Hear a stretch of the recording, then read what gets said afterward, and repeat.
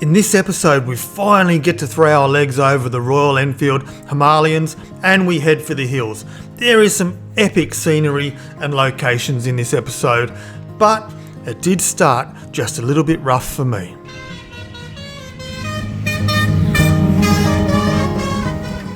This series is brought to you by Roaming Horizons. For your next Himalayan motorcycle adventure, head over to roaminghorizons.com.au. Okay, so all the bikes are here now, and it's our duty to go around each bike and film, make sure that our bike has got, well, we know what all the previous damage is, and that way when we return the bike, we've got a record of what damage was already done and what damage we didn't do. But we've all done this, we've all taken it for a quick test ride down the street, and shortly we'll be saddling up and heading off.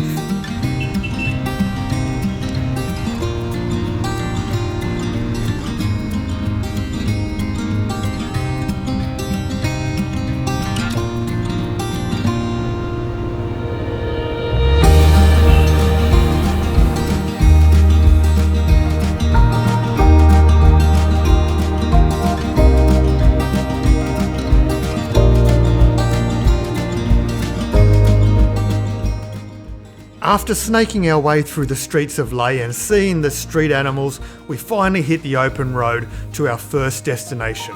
This was Magneto Hill, where there's an anomaly where if you park your vehicle on the road, you take your handbrake off, your vehicle seemingly rolls the wrong way and deceives the eyes.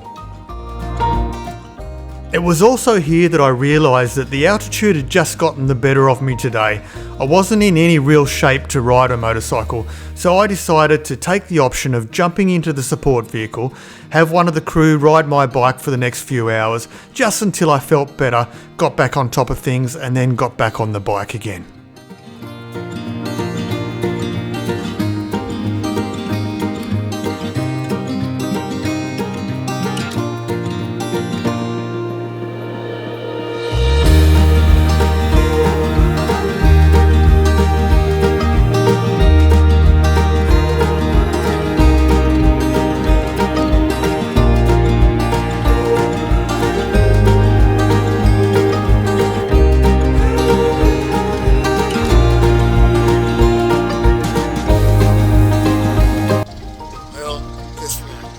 I'm the first person to jump into the truck and have the support crew jump onto my bike for a little while. My body just hasn't liked the altitude today, and although we're going down, we're actually reducing our altitude today. I'm just not feeling great, and it's bloody silly to ride a motorcycle in these crazy road conditions if you're not feeling great. So I'm having a break in the van while someone else rides my bike, and then I'll get back onto the bike a little bit later.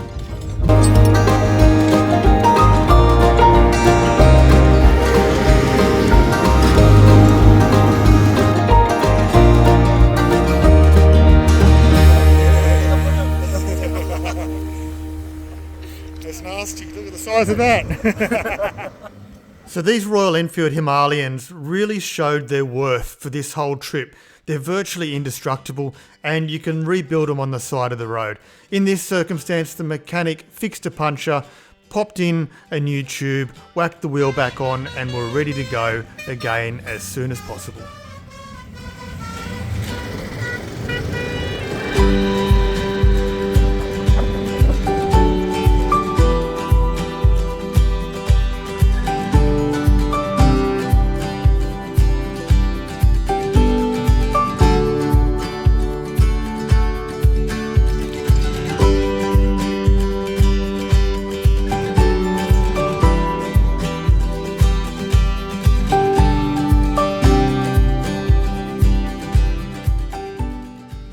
It wasn't too long before we crossed a bridge into a little village and stopped for our lunch break.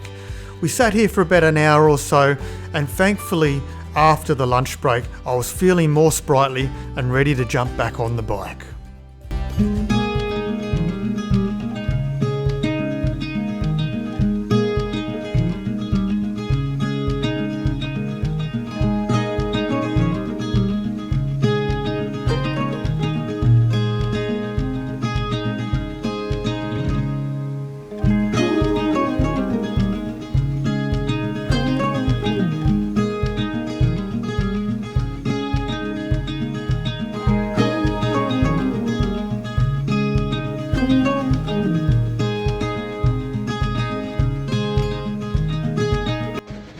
Okay, so we've checked into our accommodation for the night.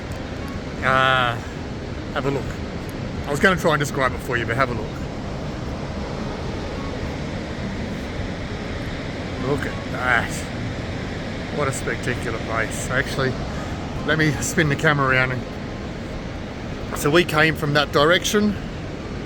It took us all day to get from Leh to here. And to be honest, I'm not sure where here is. I was absolutely exhausted because I've been unwell. But this is just a gorgeous, gorgeous place. Let's go for a walk and have a look. The velocity of water travelling down this river is absolutely intense. Part of me thinks that this could be an amazing whitewater rafting destination. The other part of me thinks that this is too wild. I guess it is summer here, so all of this water is melting snow caps. But look at that right there, that's just turbulent water.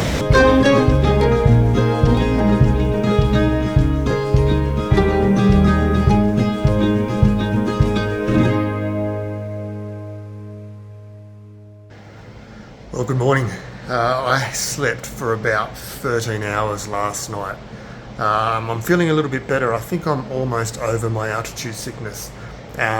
Almost, not 100%, but I'm nearly there. But about to go down for breakfast, and we hit the road in about half an hour. So this is my bedroom. I'm sitting on my bed right now, but check out the view from my bed.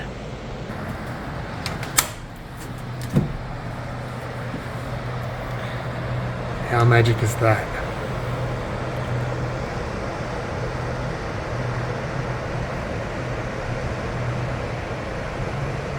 Such beauty, raw beauty. So breakfast is done, we're about to mount up and head out, but I just wanted to show you something. They're so isolated out here that we didn't have electricity until 9:30 last night, but then we've had it all night and still have it now. But then they lose electricity during the day intermittently as well. Also, we're so far away that you just can't get deliveries of food and produce out here. You have to either go to market, which is a long way away on these sorts of roads, or you grow it yourself.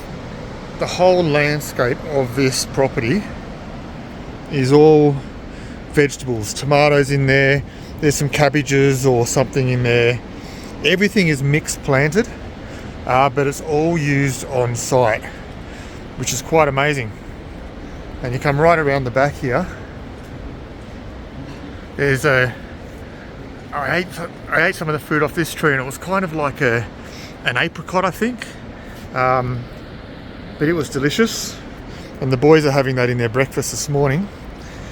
Surplus of tomatoes through here, but all this area right out the back is all vegetables grown to eat on site, because they just can't get veggies in here easily. Anyway, that's it, team. It's going to be a hot one today. I think it's going to be about 33, 34 degrees. A lot of us had planned for cold riding, and the heat is going to knock us about a bit today. But back to Leh for another night in our other hotel at Leh before we head right up to the high mountains tomorrow. There was something that just happened on this trip. We'd be through dust all day, and our helmets and our visors would get dirty. Then after we'd have a break or a rest, they were magically clean. Satu here is our mechanic, and he was so kind to make sure all of us had clean visors every time we got on the bike, clean headlights and clean gauges and clean mirrors. Satu was an absolute legend and a true gentleman.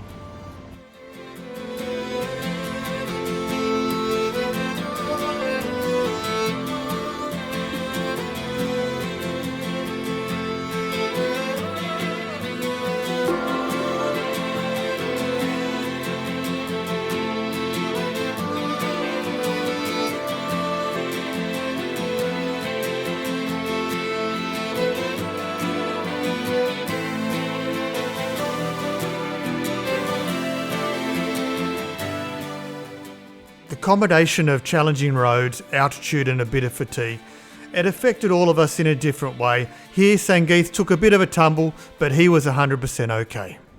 So we're at the Aryan Ladakh Museum, and all of the team have just gone into the museum there.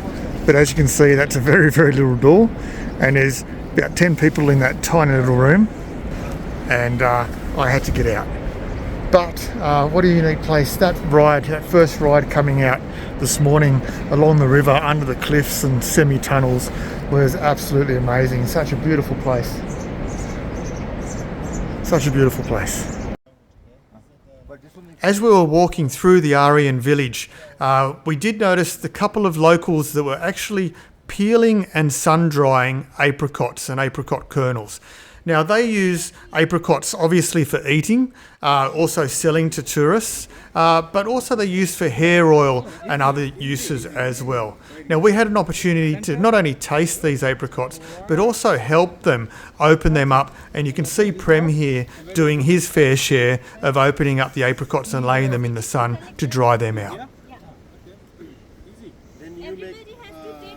How much do I get? Hair oil out of that. How much do I get? For one, you get 2 apricots. Walking through this village was truly like going back in time. As you can see here, Raul is walking around the Buddhist cylinder. It is said to, if you say prayers as you do 3 laps around these cylinders, it will bring you good luck and your prayers will come true. So this is the community courthouse for the village. Everything happens here, all community events, courthouse, everything.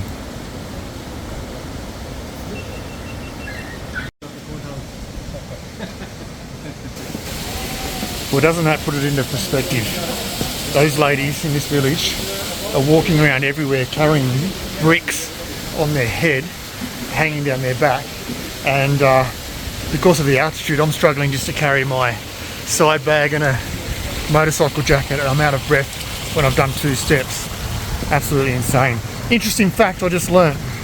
In this village, women can marry up to 4 or 5 men, but men can't do the same. It's about preserving the Aryan gene pool. So they can marry, for example, 4 brothers can marry 1 woman, so they can create all the offspring that are healthy in the right gene pool. So, women are the boss up here. Women are the boss. Same at home.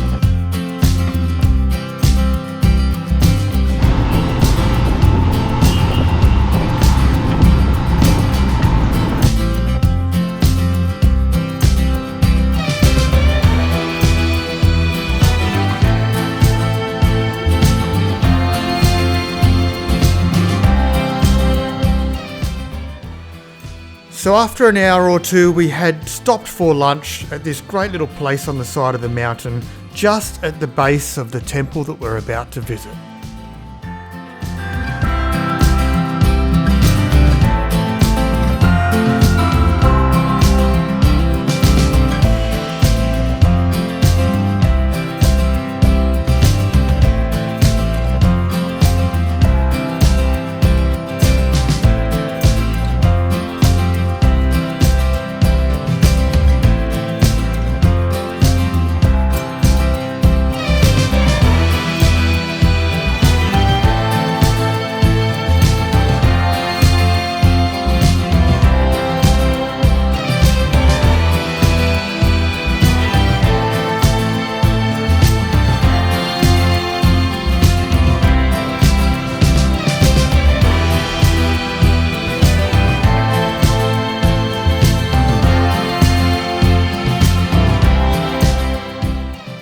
Motorcyclists love a twisty road, and one thing you'll notice by the end of this series is that the Himalayas is absolutely littered with corners, switchbacks and mountain passes.